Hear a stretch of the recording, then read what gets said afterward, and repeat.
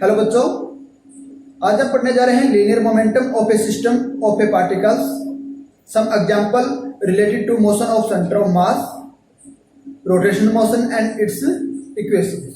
तो पहले हम पढ़ रहे हैं linear momentum of a system of particles. पहले हम क्या पढ़ेंगे?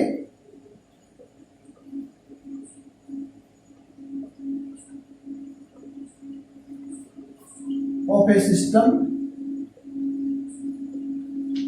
Of particles. तो लीनियर मोमेंटम हमें पता है हमारे पास क्या होता है, तो उसके लिए हम क्या करेंगे? Let us consider a system of n particles having mass m1, m2, m3 and so on mn, and their velocities v1, v2, v3 and so और v। तो हमारे पास एक सिस्टम है अनंत पार्टिकल्स का, जिसके प्रत्येक पार्टिकल का जो मास है वो m1, m2, m3 and so on है, और वो v1, v2 वेलोसिटी से मूव कर रहे हैं। जब आप हमारे पास ये जो पार्टिकल हैं क्या करेंगे? When these particles interacting and have some external force acting on that. जब हमारे पास ये पार्टिकल इंटरेक्ट करेंगे या इनके ऊपर कुछ एक्सटर्नल फोर्स होगा, तो ये हमारे पास क्या करेंगे? मूव करेंगे। तो हमारे पास क्या होगा? इनका लीनियर मोमेंटम होगा। तो लीनियर मोमेंटम क्या होगा? पहले पार्टिकल का हमारे पास लीनियर मोमेंटम क्या हो जाएगा? P1 m1 v1। Second particle का लीनियर मोमेंटम क्या हो जाएगा? P2 is equal to m2 v2 and so on. अनंत पार्टिकल का हमारे पास लीनियर मोमेंटम क्या हो जाएगा? mn vn। ये हमारे पास क्या है? लीनियर मोमेंटम ऑफ अनंत पार्टिकल। ठीक है, तो अनंत पार्टिकल है, तो हम बात करते हैं टोटल लीनियर मोमेंटम की। तो टोटल लीनियर मोमेंटम हमारे पास क्या हो जाएगा? टोटल लीनियर मोमेंटम ऑफ अनंत particle of system is equal to the vector sum of the individual linear moment. ठीक है, तो हमारे पास जो लीनियर मोमेंटम जो है उन सभी का इंडिविजुअल का वेक्टर सम क्या हो जाएगा? P is the total linear momentum, P1 is the linear momentum of first particle, P2 is the linear momentum of second particle and so on, Pn is the linear momentum of another particle. तो हमारे पास क्या है? Total linear momentum क्या हो जाएगा of a system is vector sum of linear momentum of all individual particles. ये हो जाएगा हमारे पास। तो P1 की वैल्यू हमारे पास है, तो हम क्या लिखेंगे? m1 v1 plus m2 v2 and so on mn vn। ठीक है, ये हमारे पास। अब m1 m2 ये हमारे पास क्या है? मास है। तो total mass of the system हमारे पास क्या हो जाएगा? Total mass of system is m1 plus m2 plus m3 and so on mn। ये हमारे पास क्या हो जाएगा? Total mass of n particle system. ठीक है, और फिर हमारे पास v क्या हो जाएगी? Capital V is the velocity of centre of mass. ठीक है, v is the velocity of centre of मास। अब ये हमारे पास टोटल मास है सिस्टम का, इन सभी का जो मास है वो किसी एक पर्टिकुलर पॉइंट पे लाई करेगा, जिसको हम सेंटर ऑफ मास कहेंगे, और v हमारे पास क्या होगी? Velocity of centre of mass. तो हम P हमारे पास टोटल लीनियर मोमेंटम है, इसको हम क्या लिख देंगे? ठीक है, इसको हम लिख देंगे अब हमारे पास क्या है? Total mass of the system and v हमारे पास क्या है? Velocity of centre of mass. ये है हमारे पास। ये इक्वल टू किसके बराबर हो जाएगी? m1 v1 plus m2 v2 and so on mn vn। ये हो जाएगी। तो इसमें हम लीनियर मोमेंटम क्या कह सकते हैं कि linear momentum of a nth particle of system is equal to the product of the total mass and the velocity of the centre of mass. ये हो जाएगी। तो ये हमारे पास। अब इसको हम क्या कर देते हैं? डिफरेंशिएट कर देते हैं विद रिस्पेक्ट टू टाइम। जब इसको हम डिफरेंशिएट कर देते हैं विद रिस्पेक्ट टू टाइम, ये हमारे पास क्या हो जाएगी, dp upon dt equal to dv upon dt। dv upon rate of change of velocity, rate of change of velocity हमारे पास क्या होती है, इक्वल टू एक्सेलरेशन। तो ये हमारे पास क्या हो जाएगा, मास इनटू एक्सेलरेशन हमारे पास क्या है, न्यूटन सेकंड लॉ, मास इनटू एक्सेलरेशन क्या होता है हमारे पास, फोर्स। जो फोर्स है हमारे पास क्या है, एक्सटर्नल फोर्स। तो this is the statement of Newton second law of motion of a system of N particle. ठीक है, तो ये है। अब हमारे पास क्या है, ये हमारे पास एक्सटर्नल फोर्स है, जो मोशन होगी वो हमारे पास क्या है, एक्सटर्नल फोर्स की वजह से होगी। अब हमारे पास क्या सिस्टम, आइसोलेटेड सिस्टम है। आइसोलेटेड सिस्टम है तो हमारे पास क्या है, vector sum of the total external force, जो हमारे पास एक्सटर्नल फोर्स है अप 1 अप 2 अप 3, तो उनका वेक्टर सम हमारे पास क्या हो जाएगा, ऑफ ए सिस्टम इज 0। ठीक है, हमारे पास जो भी टोटल फोर्सेज हैं अप 1 अप 2 अप 3 तो अप, वो हमारे पास क्या एक्सटर्नल फोर्सेज हैं, तो उनका वेक्टर सम हमारे पास क्या हो जाएगा, 0 हो जाएगा इन आइसोलेटेड सिस्टम। इट मींस कोई भी हमारे पास क्या है, एक्सटर्नल फोर्स जो है हमारे पास वो है 0, हमारे पास एक्सटर्नल फोर्स नहीं है। ये कह सकते हैं इन the absence of external force. In the absence of external force means F external हमारे पास क्या है, 0 है, इक्वल टू 0 है। तो हमारे पास क्या हो जाएगा, mass into acceleration is equal to 0। Mass हमारे पास क्या है, ठीक है, किसी भी बॉडी का जो मास है वो 0 नहीं हो सकता। ठीक है, किसी भी बॉडी का हमारे पास क्या है, मास 0 नहीं होगा। मास 0 नहीं होगा तो एक्सेलरेशन हमारे पास क्या है, वो हमारे पास क्या है, 0 के बराबर है। एक्सेलरेशन हमारे पास क्या है, rate of change of velocity, वो हमारे पास क्या हो जाएगी, 0। ठीक है, यदि हमारे पास जो वेलोसिटी है, वेलोसिटी का हम डिफरेंशिएशन करते हैं, ठीक है, तो उसके अंदर क्या होगा, 0। और यदि हम किसी कांस्टेंट का डिफरेंशिएशन करते हैं कि derivative of the constant is 0, किसी भी कांस्टेंट का हम डेरिवेशन करते हैं तो वो हमारे पास क्या होगा, 0 होगा। तो वेलोसिटी हमारे पास क्या है, इसका डेरिवेटिव क्या है, 0 है। तो it means velocity is constant. हमारे पास क्या है, v इज कांस्टेंट। वेलोसिटी हमारे पास क्या है, कांस्टेंट। ठीक है, वेलोसिटी कांस्टेंट है तो हम इसको क्या कह सकते हैं, v हमारा वेलोसिटी हमारे पास जो है v, कैपिटल V है हमारे पास क्या है, velocity of centre of mass. क्या हमारे पास velocity of centre of mass है। तो in the absence of any external force the centre of mass of system moves with a uniform velocity. यदि हमारे पास कोई भी एक्सटर्नल ऑफ फोर्स नहीं है तो हमारे पास सिस्टम क्या है, यूनिफॉर्म वेलोसिटी से मूव करे। और ये हमारे पास क्या है, न्यूटन्स फर्स्ट लॉ है। क्या है, न्यूटन्स फर्स्ट लॉ है। जब हमारे पास कोई सिस्टम यूनिफॉर्म वेलोसिटी से मूव करता है without any interference of external force, तो सिस्टम, ये हमारे पास क्या है, न्यूटन्स फर्स्ट लॉ की स्टेटमेंट। तो इस केस में हम पोजीशन वेक्टर की बात करते हैं। Position vector eight time t, हमारे पास कोई भी टाइम t है, उस टाइम t के ऊपर हम पोजीशन वेक्टर फाइंड आउट करते हैं। तो पोजीशन वेक्टर हमारे पास क्या होगा, is the position vector of centre of mass at time t is equal to, हमारे पास क्या हो जाएगा, position vector of centre of mass at time 0 plus velocity into time. ठीक है, वेलोसिटी इनटू टाइम, ये हमारे पास क्या है, position vector of centre of mass at any instant t। ठीक है, तो ये हमारे पास क्या था, लीनियर मोमेंटम। यदि लीनियर मोमेंटम है और उस केस में हमारे पास क्या है, जो एक्सटर्नल फोर्स जो है वो हमारे पास क्या है, 0। ठीक है, तो ये हमारे पास क्या होगा, कंजर्व होगा। लीनियर मोमेंटम हमारे पास क्या होगा, कंजर्व होगा। तो हम पढ़ेंगे momentum conservation and centre of mass. क्या पढ़ेंगे, momentum conservation and centre of mass, जिसको हम कह सकते हैं कि law of conservation of linear momentum, conservation of linear momentum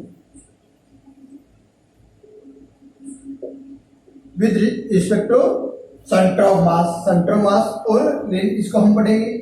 हमें पता है कि हमारे पास जो बॉडी है या अन सिस्टम है, हमारे पास क्या है, सिस्टम ऑफ अन पार्टिकल है, ठीक है। अन पार्टिकल है हमारे पास, उनका जो मासेस है वो हमारे पास क्या है, m1 m2 and so m ये हमारे पास क्या है, a system of n particle of masses m1 m2 m3 and so, ठीक है।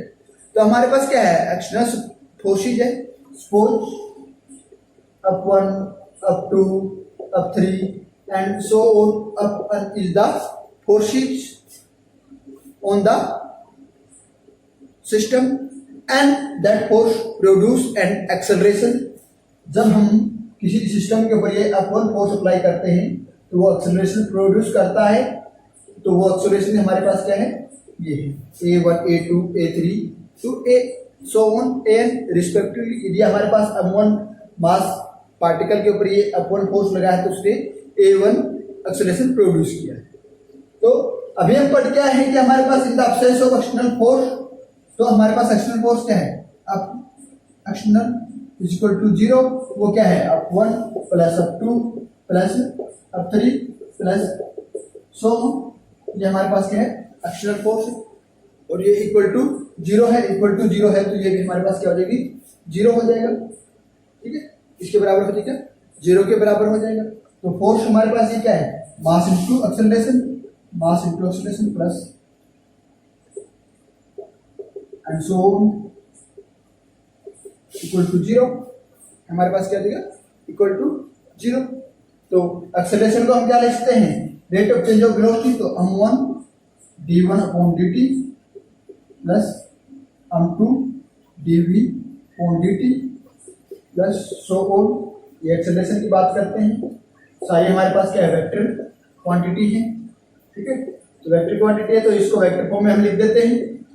तो हमारे पास क्या है, vector quantity and m1 dv n upon dt is equal to 0। ये हमारे पास क्या है, ठीक है। तो अब डेरिवेटिव हम बाहर ले लेते हैं, तो d upon dt m1 v1 plus m2 v2 plus so on mn vn equal to 0 equal to 0। तो m1 v1 हमारे पास क्या है, लीनियर मोमेंटम है ऑफ फर्स्ट पार्टिकल, ये हमारे पास सेकंड पार्टिकल का मोमेंटम है, ये हमारे पास क्या है, थर्ड पार्टिकल का। तो ये हमारे पास क्या है, इसका डेरिवेटिव है तो हमारे पास किसी पार्टिकल कांस्टेंट का डेरिवेटिव 0 होता है तो ये हमारे पास क्या हो जाएगा, कांस्टेंट हो जाएगा। So mn vn is equal to constant, क्या है, ये हमारे पास कांस्टेंट, ठीक है, कांस्टेंट है। ये हमारे पास मोमेंटम है,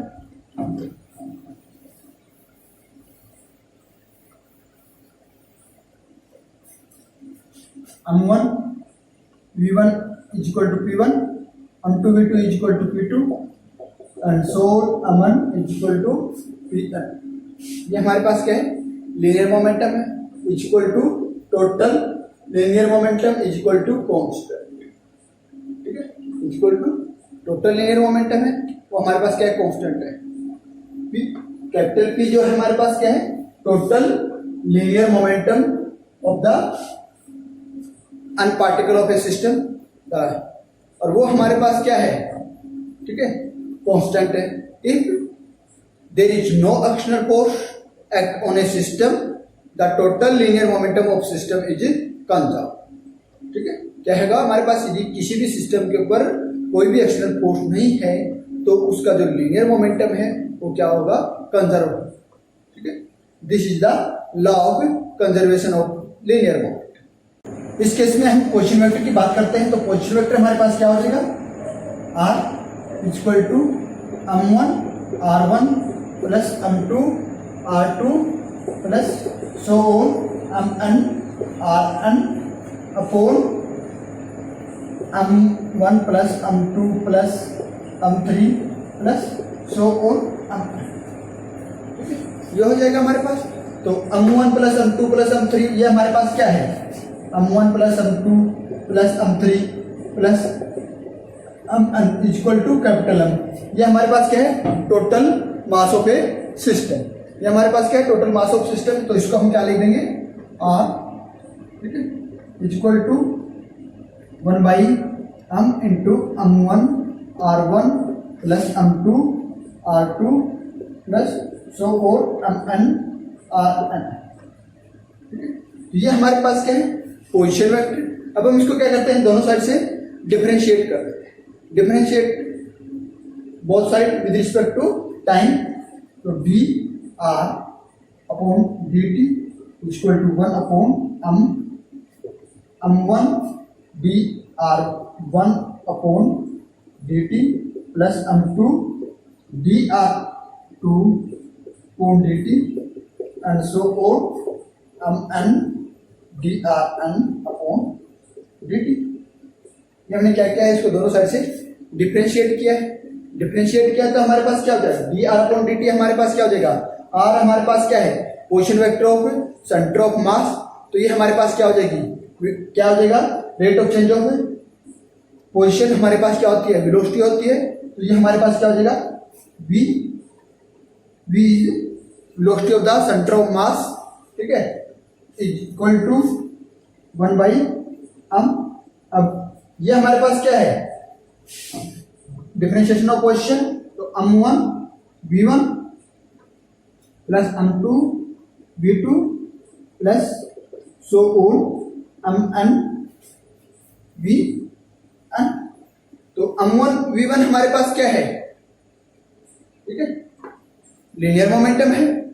तो इसको हम लिख दें v equal to 1/m equal to p1 plus p2 plus so on pn, जो कि लीनियर मोमेंट है। तो p1 p plus p2 plus pn ये हमारे पास क्या है, total linear momentum equal to p। तो इसको हम किसके बराबर लिख सकते हैं, 1/m equal to capital P। Capital P is the total linear momentum, p equal to p small p1 plus p2 plus p3 and so on. तो ये है हमारे पास। तो यहां हम p निकालेंगे, p is the linear momentum of system equal to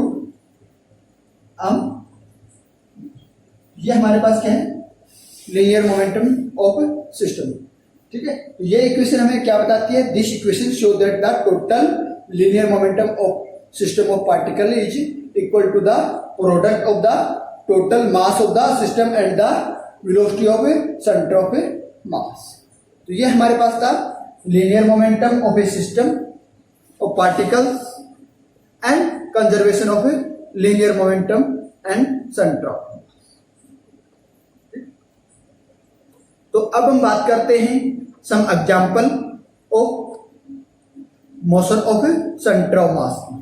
इसकी बात करते हैं some example of motion of centre of mass. तो motion of centre of mass है, तो इसके अंदर हम अलग अलग एग्जांपल पढ़ेंगे। कुछ एग्जांपल हमारे पास क्या है, बाइनरी सिस्टम है, ये हैं। तो और हम अन्य पार्टिकल ऑफ सिस्टम के पढ़ेंगे। तो क्या पढ़ेंगे, of centre of mass motion. ये कह सकते हैं कि example of motion of centre of mass.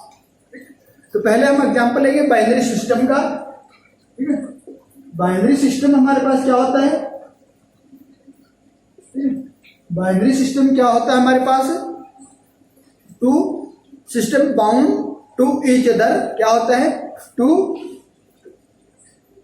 System bound to each other by and internal force. Internal force क्या है, दोनों एक दूसरे को इंटरनल फोर्स से बाइंड किए हुए हैं एंड ऑर्बिटिंग, ठीक है, ऑर्बिटिंग, ठीक है, and orbiting ORBITING orbiting around the centre of mass, ठीक है, सेंटर ऑफ मास, ठीक है, जो उनका सेंटर ऑफ मास जो है, ठीक है, अराउंड द कॉमन, ठीक है, कॉमन सेंटर ऑफ मास, ठीक है, are called the binary system. Binary system क्या होता है? The system bound to each other with an internal force and orbiting around their common centre of mass, वो हमारे पास क्या होता है? Binary system. तो बाइनरी सिस्टम के अंदर पहला एग्जांपल हम ले रहे हैं, वो क्या ले रहे हैं? बाइनरी स्टार का ले रहे हैं। बाइनरी स्टार की बात करते हैं ये बाइनरी सिस्टम में, ठीक है, तो हमारे पास क्या होगा? बाइनरी स्टार्स का हम एग्जांपल लेते हैं। तो बाइनरी स्टार्स हमारे पास क्या होगा? इसको बाइनरी स्टार कैसे कहेंगे? The two star bound to each other with an gravitational force, ठीक है, इनका क्या है? जो इंटरनल जो स्टार है उनका इंटरनल जो फोर्स है वो क्या है? ग्रेविटेशनल फोर्स है। तो two star bound to each other by an gravitational force and orbiting around their common centre of mass are called the binary star. तो उसके लिए हम S1 और S2 स्टार लेते हैं। एक हमारे पास S1 स्टार है, एक S2 स्टार है। Both star have the same mass. दोनों का जो स्टार है, दोनों स्टार जो है, दोनों का जो मास है, उनका मास जो है वो क्या है? सेम, ठीक है। तो इनका सेंटर ऑफ मास जो है वो क्या हो जाएगा? बिल्कुल इनके मिडिल के बीच में, ठीक है। तो that star moving in circular orbit around their common centre of mass. ये दोनों जो स्टार हैं वो हम क्या होंगे? मूव करेंगे around their centre of mass. जो इनका सेंटर ऑफ मास है इसके अराउंड मूव करेंगे in a circular orbit. Circular orbit के अंदर ये मूव करेंगे। जो दोनों star S1 and S2 move in circular orbit around their centre of mass, ठीक है, व्हेन नो एक्सटर्नल फोर्स, ठीक है। तो ये हमारे पास क्या है? जो इसका कॉमन सेंटर ऑफ मास है वो क्या रहेगा? रेस्ट में रहेगा। रेस्ट में रहेगा तो means no external force act on the system. उस सिस्टम के ऊपर क्या है? कोई भी एक्सटर्नल फोर्स नहीं है। तो the centre of mass of the both star move like a free particle. तो ये हमारे पास क्या है? फ्री पार्टिकल की तरह मूव करेगा, ठीक है। The orbits of two stars are slightly complicated. Free particle की तरह मूव करेगा तो ये जो हमारे पास जो ऑर्बिट्स जो है इसका जो वो है एक कॉम्प्लिकेटेड मोशन बन जाएगी इसकी। तो orbits of the two star are slightly complicated. Complicated कैसे बन जाएगा? क्योंकि the are the just combination of two motion. ये हमारे पास क्या? दो मोशन का कॉम्बिनेशन होगा। दो मोशन कौन कौन सी होंगी?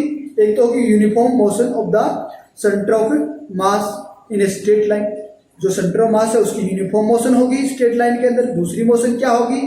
इनकी जो हमारे पास स्टार है इनकी सर्कुलर ऑर्बिट होगा। तो दूसरी मोशन होगी तो circular orbit of the two star around the centre of मास, जिसकी वजह से ये क्या हो जाएगा? कॉम्प्लिकेशन हो जाएगी, ठीक है। तो कैसे होगा? जैसे S1 की हम मोशन की बात करते हैं तो S1 की जो मोशन है, ठीक है, वो हम ये ले लेते हैं, ठीक है। S1 की मोशन है तो ये हमारे पास S1 की मोशन है,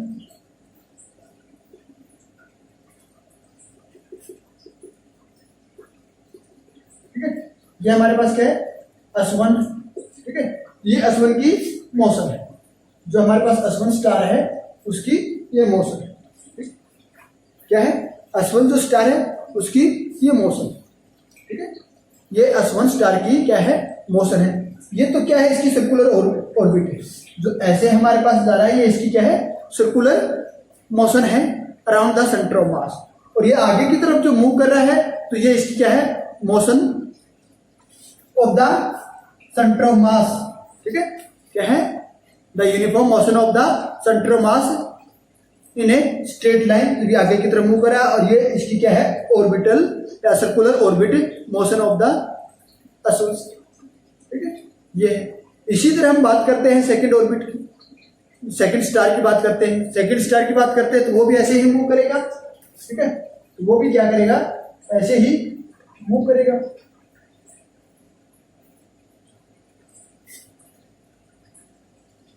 वो भी ऐसे ही मूव करेगा।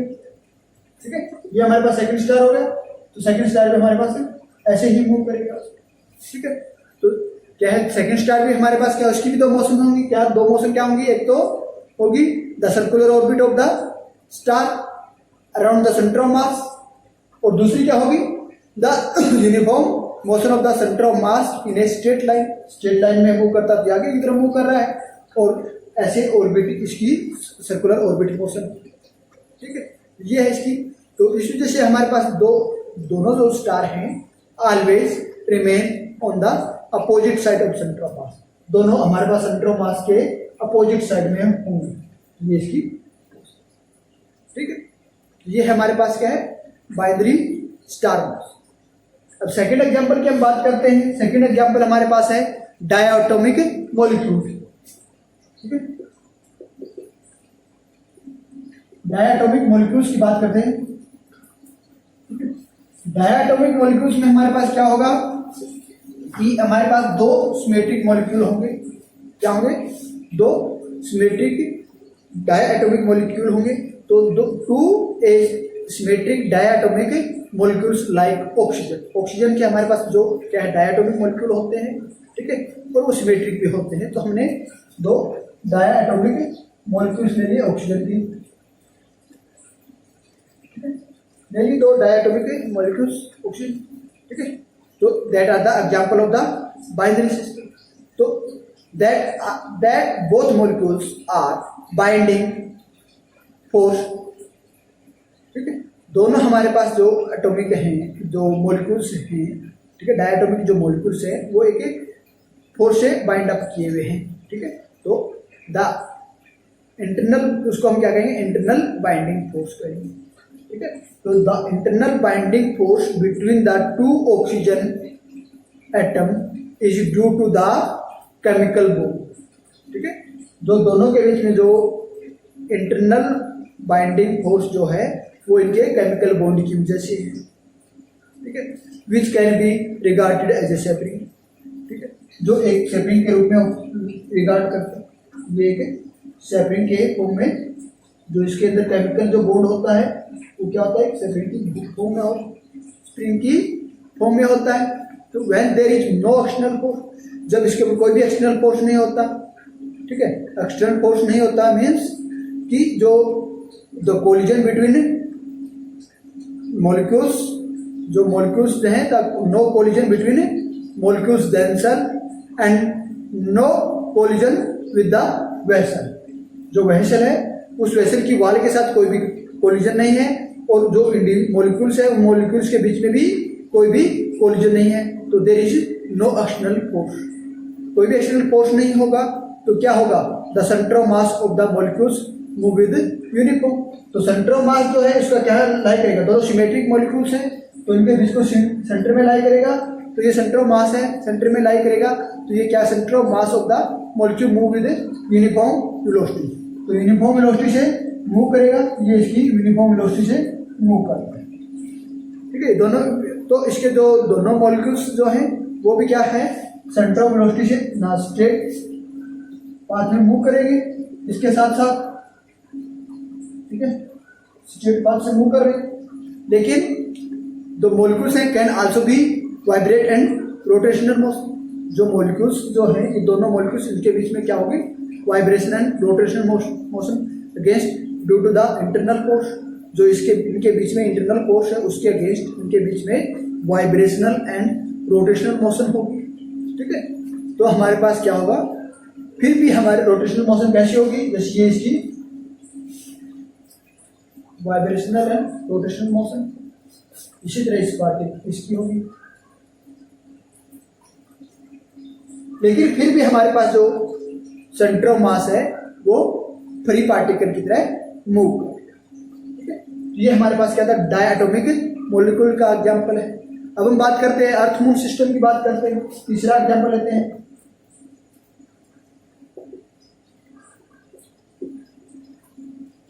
अर्थ मून सिस्टम। अर्थ मून सिस्टम में हमारे पास क्या है कि जो हमारे पास मून है, मून क्या है, सर्कुलर अर्थ के अराउंड, ये हमारे पास अर्थ है।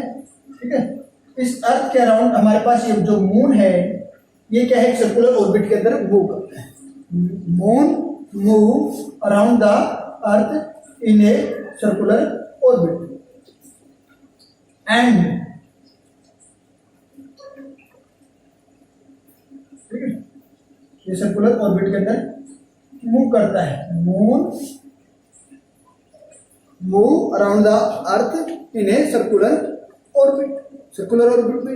एंड द अर्थ, जो हमारे पास अर्थ है, ये हमारे पास move around the sun with A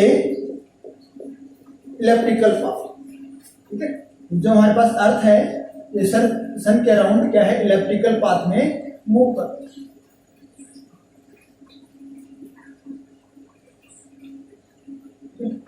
moon तो हमारे पास अर्थ के चारों तरफ सर्कुलर पाथ में मूव करता है, लेकिन जो अर्थ है वो सन के अराउंड इलेप्टिकल पाथ के अंदर मूव करता है. ठीक है, तो हमारे पास क्या होगा कि जो इसका सेंटर ऑफ मास, ठीक है, centre of mass of earth moon system, वो हमारे पास क्या करेगा, move in a elliptical path around the sun. ठीक है, कि जो इन दोनों का जो सेंटर ऑफ मास जो होगा वो सन के अराउंड क्या है, इलेप्टिकल पाथ के अंदर मूव करेगा. क्यों मूव करेगा सेंटर ऑफ मास जो है इलेप्टिकल पाथ के अंदर सन के अराउंड?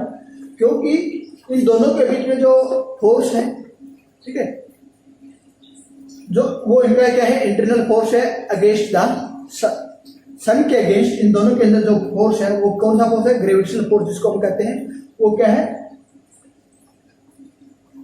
इंटरनल फोर्स है.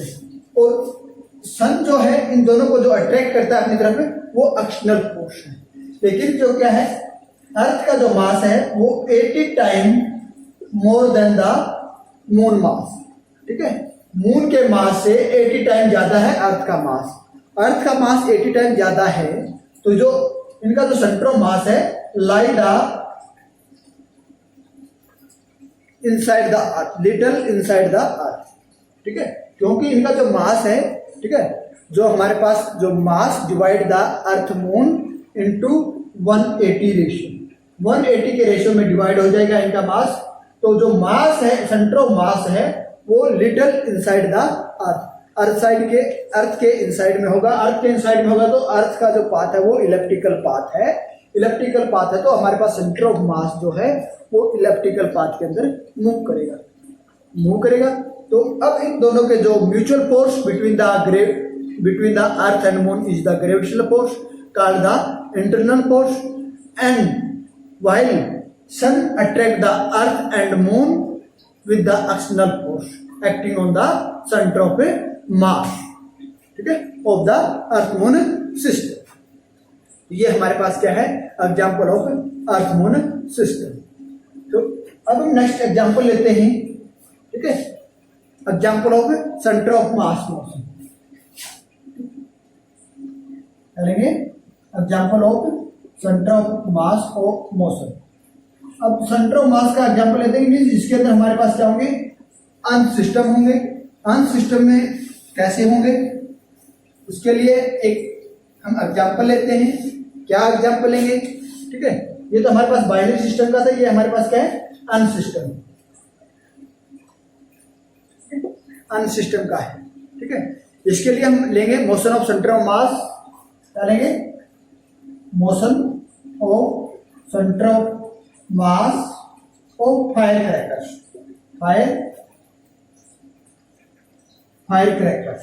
ठीक है, motion of centre of mass of fire crackers exploding in air.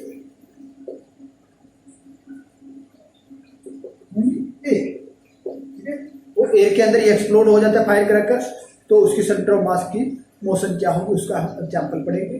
तो हम क्या करते हैं कि एक कोऑर्डिनेट सिस्टम लेते हैं. इनिशियली हमारे पास जो फायर क्रैकर्स है वो initially fire crackers move along ए पैराबोलिक पाथ. हमारे पास जो इनिशियली जो फायर क्रैकर्स है वो क्या है, पैराबोलिक पाथ के अंदर मूव.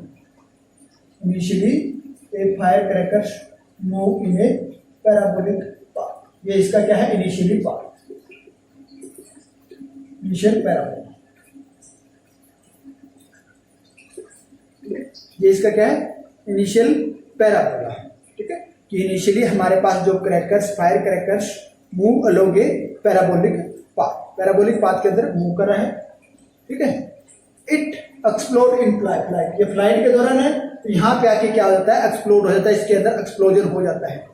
तो एक्सप्लोजन होगा तो इसके अंदर जितने each fragment will follow the its own parabolic path, इसके अंदर जितने भी फ्रेगमेंट होंगे, जैसे इसका एक फ्रेगमेंट ये हुआ तो इसका भी अपना खुद का पैराबोलिक पाथ होगा, दूसरा एक्सप्लोजन फ्रेगमेंट ये हुआ तो इसका भी अपना खुद का पैराबोलिक पाथ होगा, तीसरा फ्रेगमेंट मान लीजिए है तो इसका भी अपना खुद का पैराबोलिक पाथ होगा, चौथा एक्सप्लोजन, तो चौथा फ्रेगमेंट जो है ये क्या है, ये है, तो इसका भी अपना खुद का पैराबोलिक पाथ होगा। जितने भी फ्रेगमेंटेड होंगे सभी का अपना अपना खुद का पैराबोलिक पाथ होगा, ठीक है। तो पैराबोला ऑफ, ये हमारे पास क्या है, parabola of each fragment, parabola of fragments,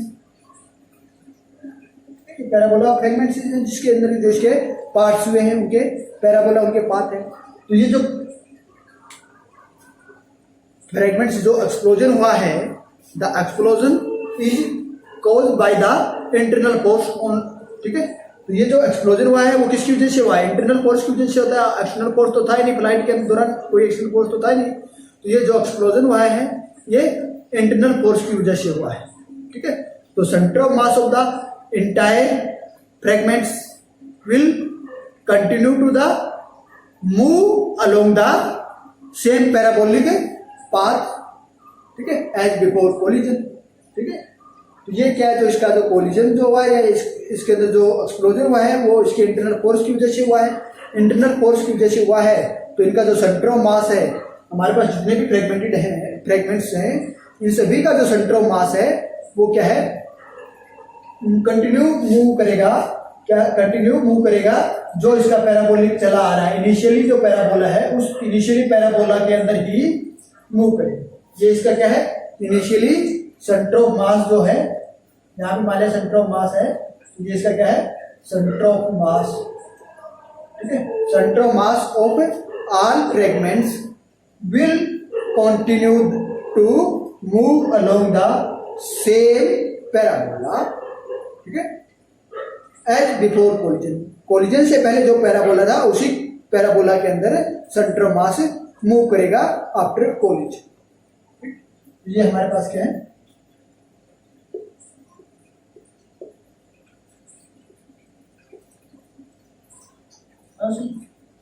as initial,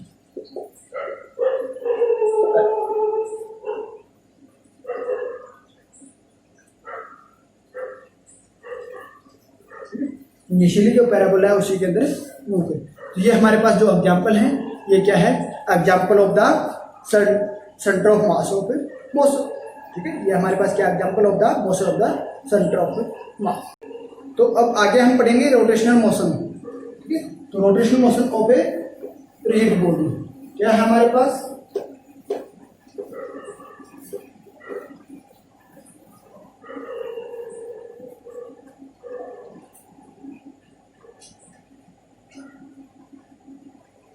rotational motion.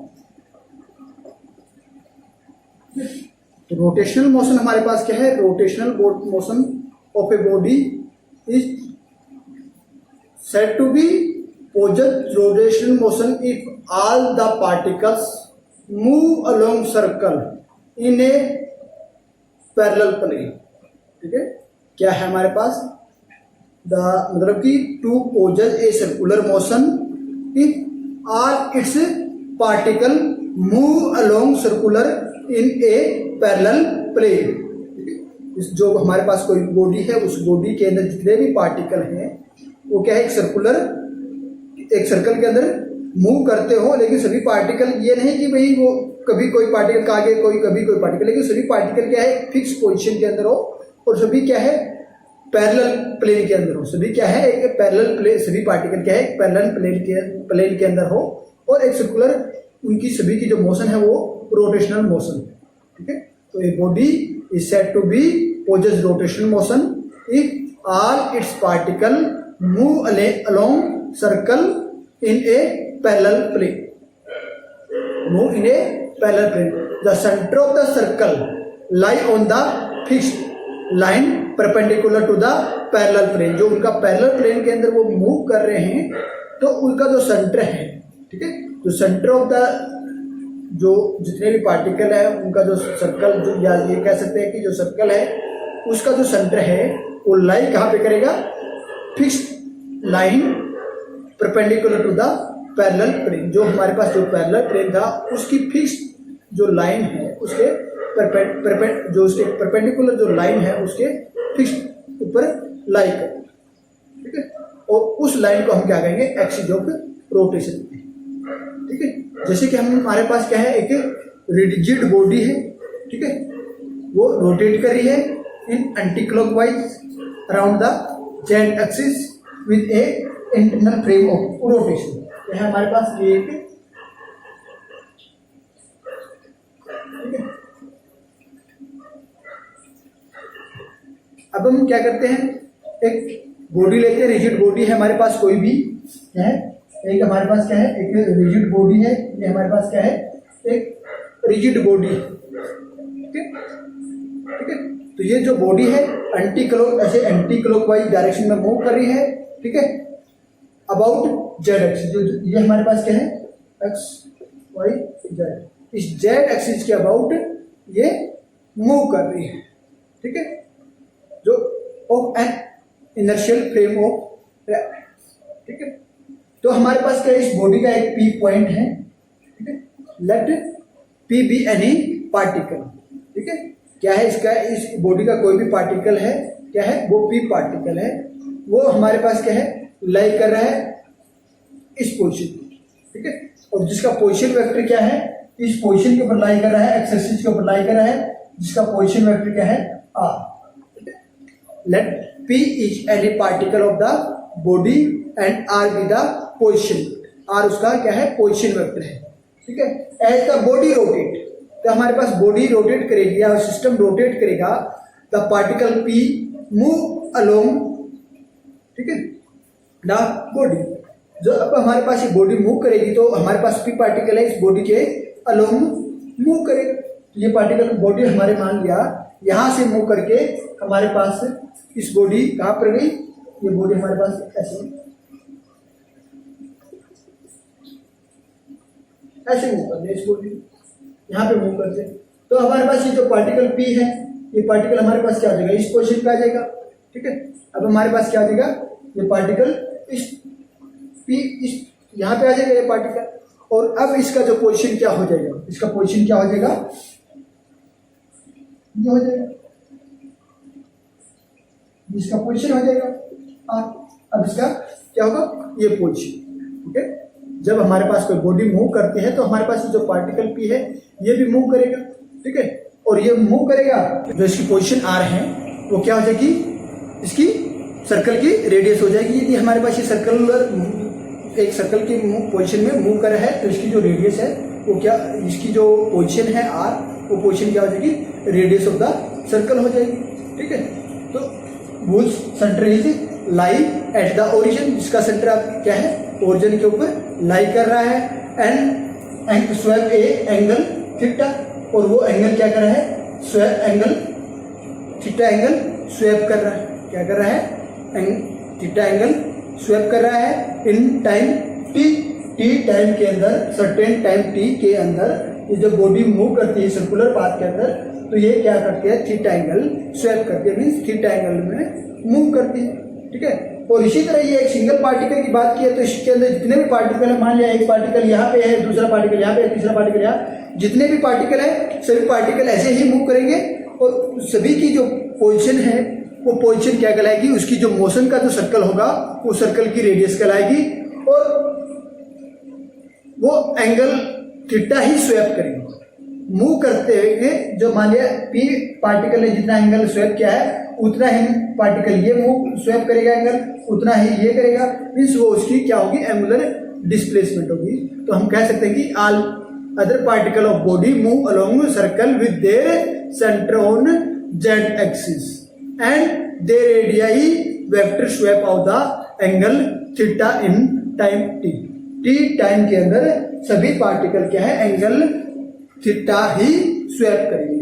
ठीक है, इसको हम क्या कह सकते हैं कि all particle have the same angular velocity. जितने भी पार्टिकल होंगे सभी पार्टिकल की एंगुलर वेलोसिटी क्या होगी, सेम होगी। वो एंगुलर वेलोसिटी क्या हो जाएगी, ओमेगा कितनी होगी, theta by T. T same time की बात की है, थीटा से भी सेम एंगल स्वेप्ट कर रहे हैं, तो उसकी एंगुलर वेलोसिटी क्या हो जाएगी, ओमेगा। ठीक है, वो हमारे पास क्या हो जाएगी, omega angular velocity is the velocity of the body. इस वेलोसिटी की हमारे पास क्या होगी, एंगुलर वेलोसिटी ओमेगा।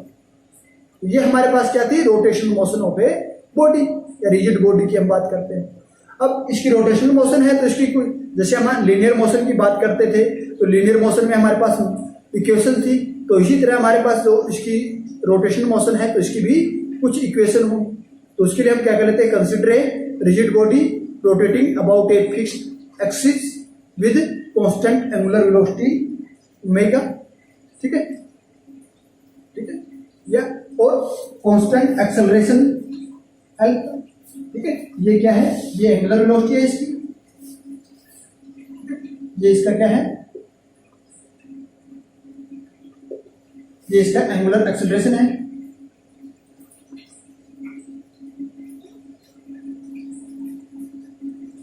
ये क्या है, एंगुलर एक्सेलरेशन।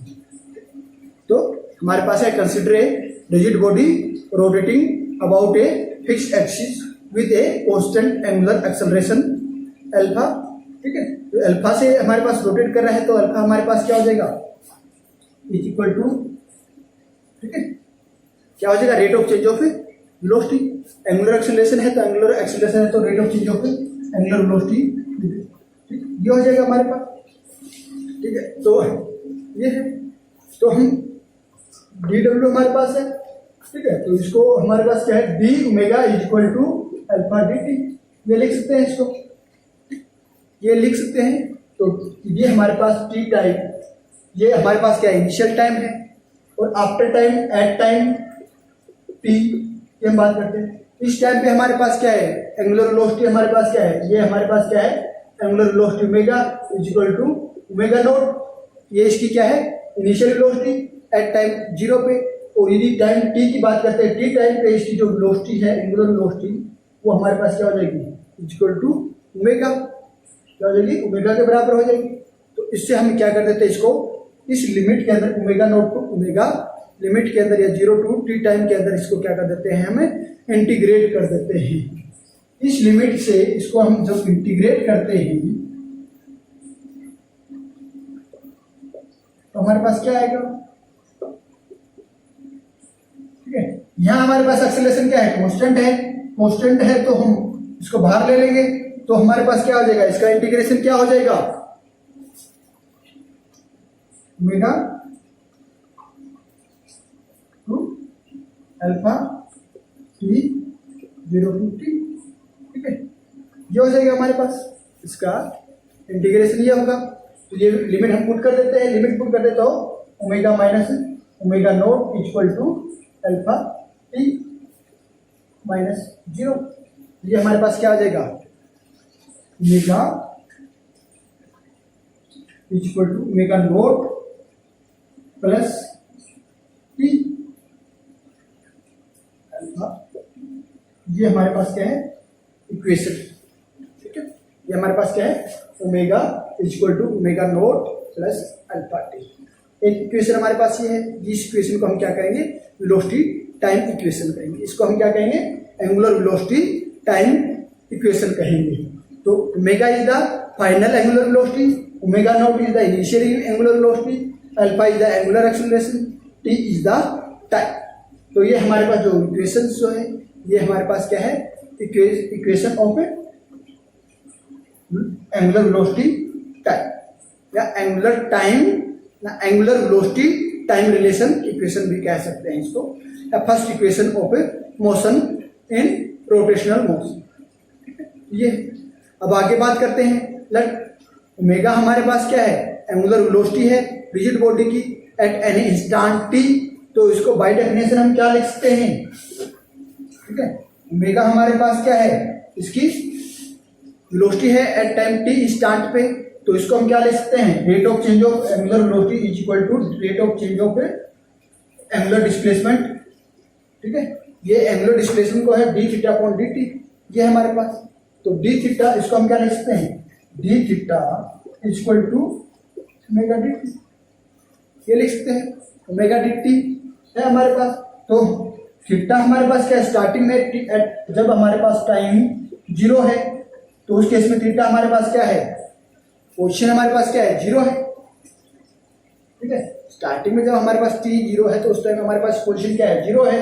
जब at time t is equal to t तो उस टाइम हमारे पास theta is equal to theta है।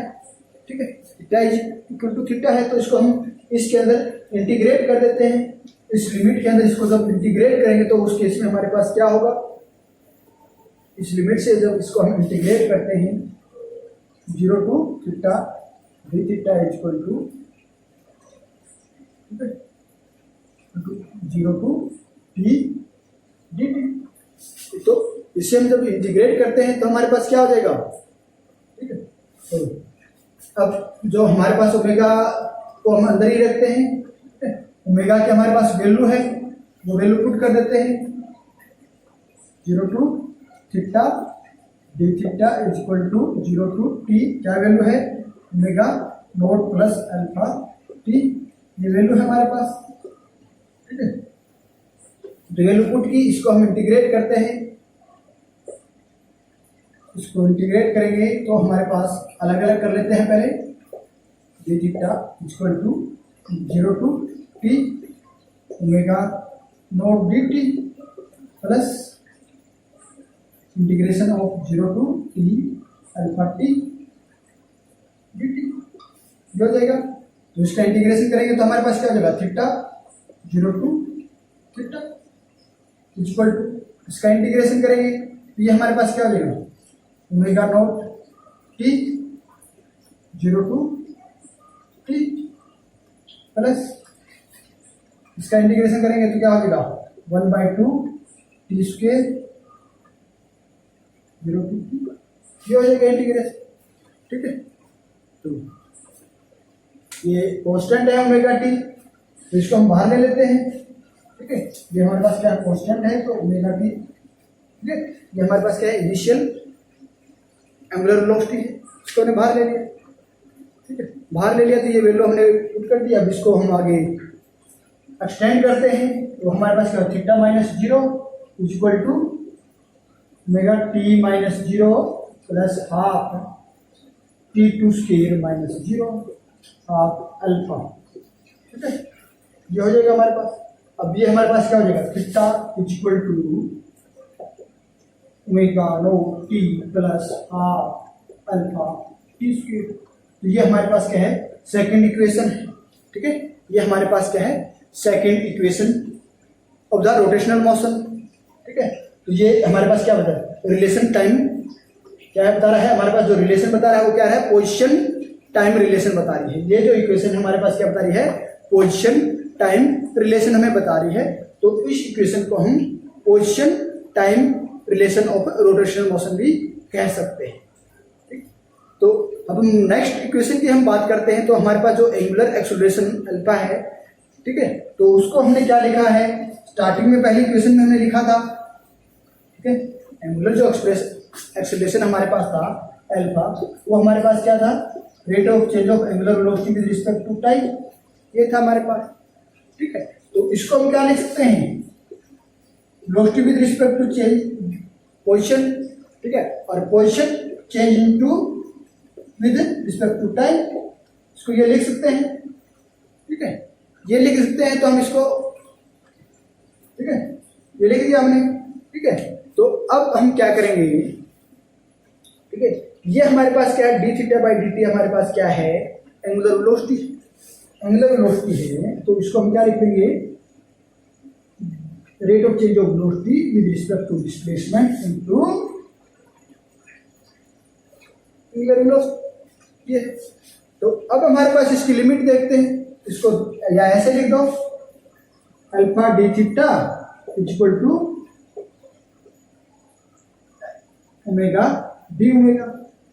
ठीक है, अब बात करते हैं किसी टाइम इनिशियल टाइम पे हमारे पास एंगुलर वेलोसिटी क्या है और डिस्प्लेसमेंट क्या है।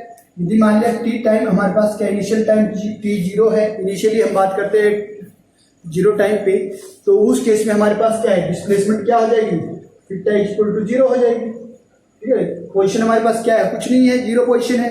और वेलोसिटी जो है हमारे पास क्या हो जाएगी, एंगुलर वेलोसिटी ओमेगा नॉट। और एट टाइम टी की बात करते हैं, at time t equal to t, तो उस केस में हमारे पास क्या है पोजीशन क्या हो जाएगी, थीटा हो जाएगी। और इनिशियल फाइनल वेलोसिटी हमारे पास क्या हो जाएगी, ओमेगा इक्वल टू ओमेगा हो जाएगी। तो इस लिमिट के अंदर जब हम इसको इंटीग्रेट करते हैं तो अब हमारे पास क्या होगा, इसको इंटीग्रेट करते हैं इस लिमिट के अंदर, 0 to theta d theta equal to omega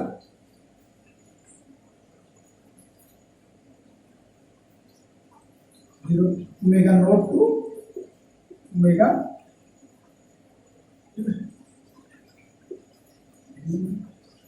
इसको मैं इंटीग्रेट किया, इंटीग्रेट करेंगे इस लिमिट के अंदर, तो ये हमारे पास क्या हो जाएगा, ठीक है, ये हमारे पास क्या हो जाएगा अल्फा थीटा 0 टू थीटा। ठीक है, और ये हमारे पास क्या हो जाएगा omega square by 2 omega not two हो जाएगा।